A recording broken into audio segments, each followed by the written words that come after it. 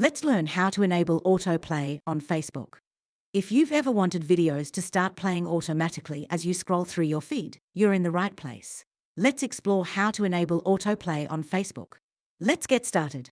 First thing first, just simply open your Facebook app on your mobile device and make sure you log in your Facebook account.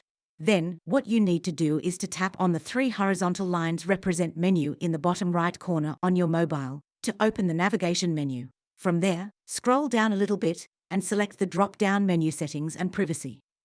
Then, tap on Settings to access the main settings menu. Scroll down and find Media option under Preferences section. Just simply tap on it. You will see Autoplay section. Here, you'll be presented with different options for autoplay settings. Now, select the autoplay setting that suits your preference. You can choose between on mobile data and Wi-Fi connections, on Wi-Fi connections only, and never autoplay videos. Confirm your choice, and you're all set. As you scroll through your Facebook feed, videos will start playing based on your selected autoplay setting. If you found this video helpful, don't forget to give it a thumbs up and subscribe to our channel for more tech tips and tutorials. If you have any questions or need further assistance, please leave a comment below. Thanks for watching, and we'll see you in the next video.